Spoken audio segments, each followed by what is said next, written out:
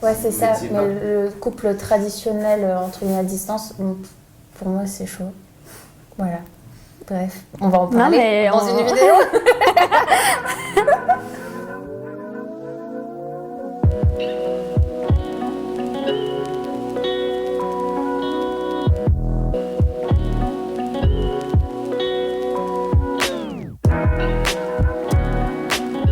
Tu disais l'autre jour que t'as jamais eu envie d'être en couple, en fait. Et la seule fois où t'as eu potentiellement cette envie-là, tu l'as pas fait parce que le mec était loin. C'est ça. En fait, c'est pas que j'ai jamais eu envie d'être en couple parce que je l'ai été très jeune. J'ai fait Erasmus. Enfin, j'ai fait plusieurs fois Erasmus parce que je m'ennuyais un petit peu en France. Et du coup, j'étais avec ce gars pendant très longtemps. Et quand j'avais 20 ans, 21 ans, je suis partie aux États-Unis. Je me suis rendu compte que j'avais une conception du couple assez particulière parce que même si j'avais passé des années avec lui, au final, je pense qu'on n'était pas un couple conventionnel comme la société voudrait qu'on le soit. C'est-à-dire ? En fait, j'ai un peu du mal avec les codes du couple. Enfin, je sais pas comment t'expliquer. Je suis un peu trop indépendante, un peu trop libre. En fait, le fait que je sois indépendante, ça donne l'impression à l'autre personne que j'en ai rien à faire. Alors que non. Par exemple, les repas de famille, ça me saoule, tu vois. C'est plein de trucs. Enfin, être collée avec quelqu'un tout le temps, je peux pas. Mais ça veut pas forcément dire ça, être en couple. Enfin, moi, je suis en couple et c'est pas... Enfin, pour le coup, c'est pas du tout ma notion du couple, tu vois. Effectivement, je suis aussi indépendante, etc. Mais j'en ai flippé extrêmement longtemps. Je me suis dit pendant tout un moment, oui, mais en fait, si ça se trouve, il va croire que je m'en fous de lui, etc. Alors que j'ai besoin d'être libre, j'ai besoin de beaucoup de liberté. Et j'avais peur de plus l'avoir. Parce que du coup, si on en vient au sujet de la distance, tu vois, moi, j'ai été très longtemps loin de mon copain. On a été à distance, petite distance pendant les 3 premières années. Et très longue distance, genre 2 continents différents pendant les 2 années qui ont suivi. Et là, il vient juste de rentrer en France.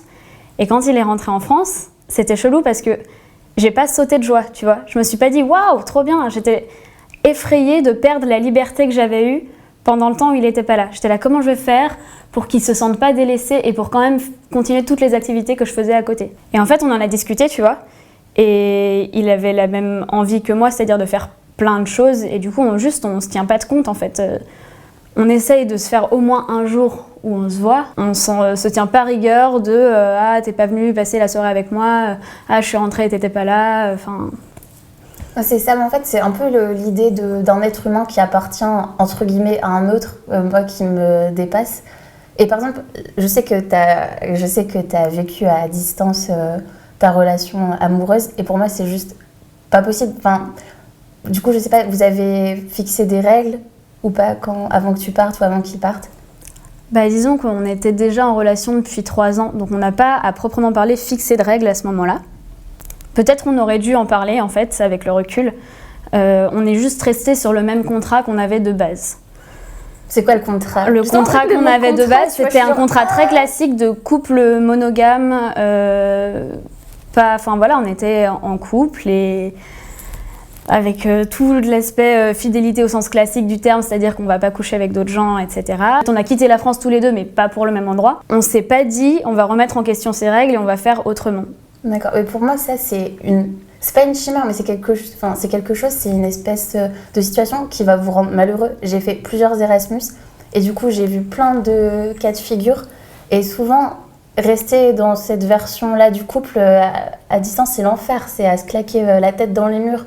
Parce qu'il y a eu soit les personnes qui étaient en couple, monogames, qui voulaient le rester et qui se sont bridées pendant toute leur aventure.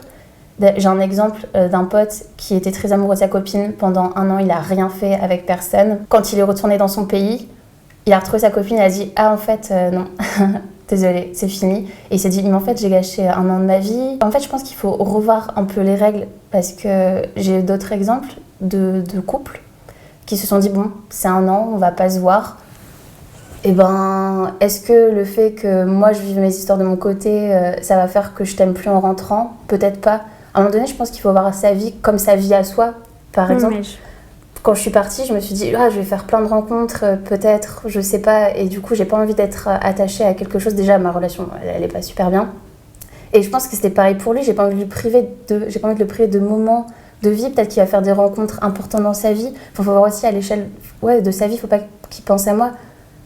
Mais je suis totalement d'accord avec toi, et peut-être aussi parce que maintenant j'ai le recul qui va avec. Et j'en ai parlé l'autre jour avec mon copain, et on s'est posé la question, si c'était à refaire, est-ce qu'on le referait pareil ? Enfin, déjà, est-ce qu'on le referait et est-ce qu'on le referait pareil ? Donc, est-ce qu'on le referait ? Il y a 6 mois, tous les deux, on aurait répondu non, on le referait pas.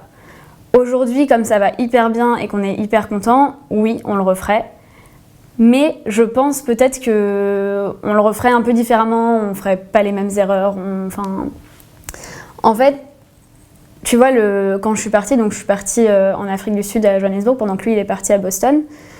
Et les 6 premiers mois, ça s'est vraiment extrêmement bien passé. Il me manquait et c'était un peu dur, mais je veux dire, on se parlait très régulièrement, ça m'empêchait pas du tout de vivre ma vie à Johannesburg, lui vivait la sienne à Boston. Je me suis éclatée et je suis allée le voir un mois, au milieu de l'année, en fait, j'avais un mois de vacances, je suis allée le voir à Boston pendant un mois. On a passé un mois dingue, c'était vraiment fou. Et après, je suis rentrée à Johannesburg, en le laissant à Boston. Et là, ça a été hyper dur de me dire, ok, je vais devoir passer encore 5 mois sans lui. Et voilà, c'est l'enfer, tu vois, d'aimer quelqu'un et genre d'avoir besoin de lui, parce que pour moi, l'amour, ça passe beaucoup par le contact. Tu vois, et du coup, le contact humain, genre le toucher, et ouais, à distance, ça rend fou. Et je pense qu'à un moment donné, t'es un être humain, et moi, j'ai besoin de ça aussi, tu vois. Mais tu vois, justement. Après, ça devient juste un correspondant, tu vois. Non, je suis pas d'accord parce que amoureux, tu vois, j'ai besoin d'une vraie personne humaine à côté de moi. Il y a une confiance quand même qui est pas la même que celle que tu aurais avec n'importe qui d'autre. Enfin, il y a une relation qui, même si c'est à distance, tu parles pas des mêmes choses, t'as pas les mêmes ressentis, tu te connais tellement bien que, c'est pas la même chose. Mais tu vois, du coup, quand je suis rentrée, j'ai très mal vécu le premier mois après mon retour à Johannesburg, parce que du coup, j'étais dans cette espèce de bulle où j'arrivais pas à me dire justement que je pouvais vivre sans lui. Et j'ai eu le sentiment en plus que pour le coup, lui à ce moment-là, il était pas là pour me soutenir du tout. Ouais.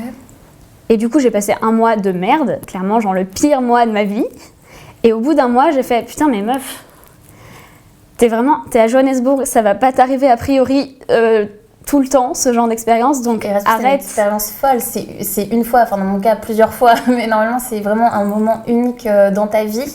Et je trouve ça pas triste, parce qu'au final, si t'aimes ton copain, tu le retrouveras dans 5 mois, et c'est pas le fait d'avoir rencontré d'autres personnes et d'avoir vécu d'autres histoires dans ta vie qui vont faire que tu l'aimeras moins après. Après, peut-être que tu vas rencontrer quelqu'un que t'aimeras plus. Je suis d'accord, mais tu vois, si tu rencontres quelqu'un que t'aimes plus, moi la question s'est posée.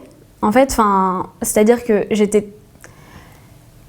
Au bout de ce mois-là, j'ai fait, bon, arrête d'être dans le somme, ça sert à rien, tu vas passer 4 mois horribles si tu restes dans cette situation, donc sors, rencontre des nouvelles personnes, revois tes potes du semestre dernier qui sont encore là.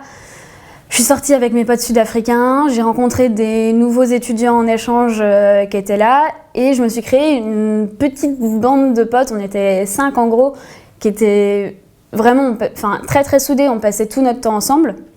Et en particulier, je passais de plus en plus de temps avec un mec. À ce moment-là, je me disais, non, c'est un pote, c'est un pote, c'est un pote. D'accord. C'est passé qu'au bout d'un moment, ça a dérapé. Et que, du coup, j'ai trompé mon copain.